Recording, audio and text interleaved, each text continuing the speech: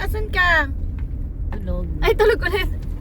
Ayan ang setup namin. Sa unahan si Ken Rapuchipot na may toyo.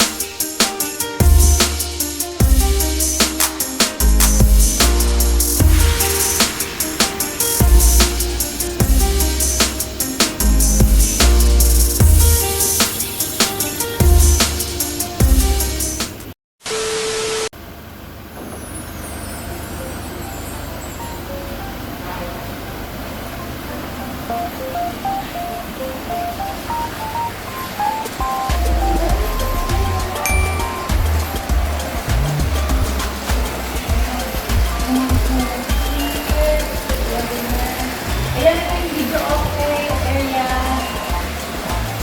Tapos dito naman tayo, katabi nito yung dining area.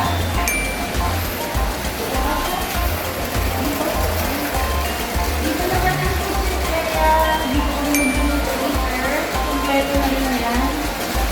Meron siyang water dispenser. Then, may stove. Ayan, kompleto naman siya dito. Naman tayo sa pool area. Ito ang pool area guys, ang ganda kasi mayroong water slide. Yan. Kiddie pool. Hindi pool yan. Tapos ito, adult pool, 4 feet. Tingin ko dito lang ako sa 4 feet. May 5 feet. Tapos meron silang mini bar. Dito naman pwedeng mag-grill.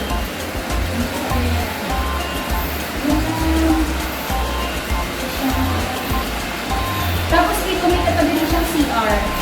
Common CR yun. Okay. Common CR yun. Tapos, tingnan natin yung mga rooms. Sige. Hi guys, ito yung room 1. Dito siya nakalagay sa ground floor. Ayan, pagkabot niyo yung CR. Hindi mo CR level. Wow. Ang ganda ng CR. Tapos Shala. ito, meron siyang tatlong twin bed. Ayan. 6 packs ang kayang i-accommodate dito. Pero kung may bata, makasya naman tatlo. Ayan. May kasama na rin siyang may mga camera na rin para sa mga damit. Ayan. Tapos meron na rin TV. Sa room ko. Actually, yung mga rooms dito guys, magkakamukha lang. Patay natin kung sa view. Okay, tingnan. Ito naman ang room ko. Katapat niyo room 1. Ayan. Same lang dito guys. Ganda ng interior. Tapos ang CR dito ay connecting CR. Connecting yung CR niya. Common CR. Oo, kasi common CR. Kaya nilalak na lang siya para sure. Ayan. Same lang din sa room 1. Ayan yung connecting toilet and bath. Ayan. Okay. Ayan. Taas na tayo.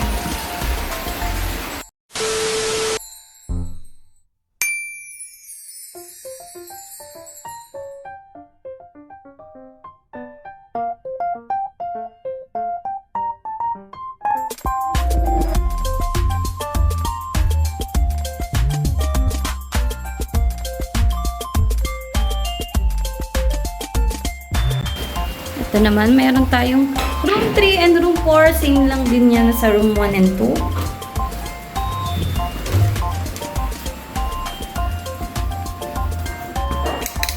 Yan, same lang yan guys. Same na same.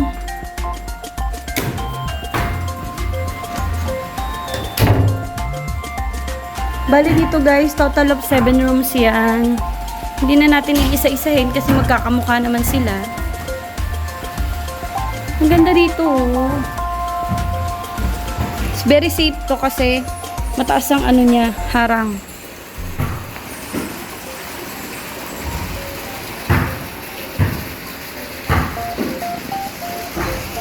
After nyo mag-billiards, pwede naman kayong mag-basketball. Ayan. Feeling MVP yarn. Oh. Ayan. Ang ganda, no? Itong Villa Sophia, guys, it can accommodate for 40 packs. Kayang-kaya niya yan.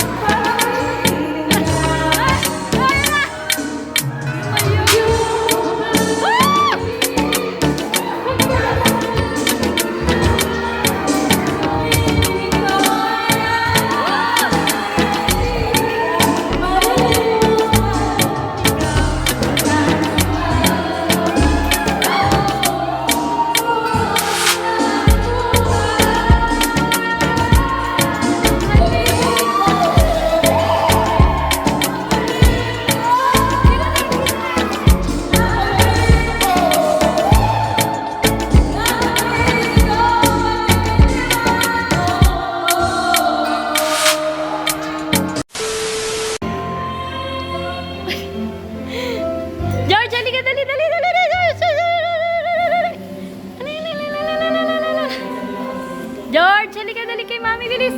Treats, treats. Treats.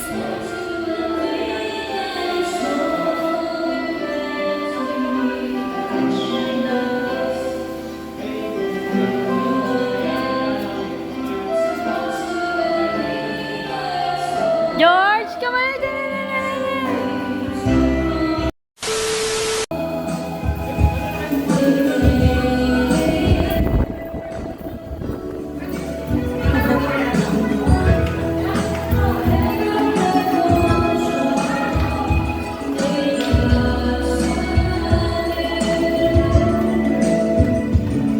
The next day.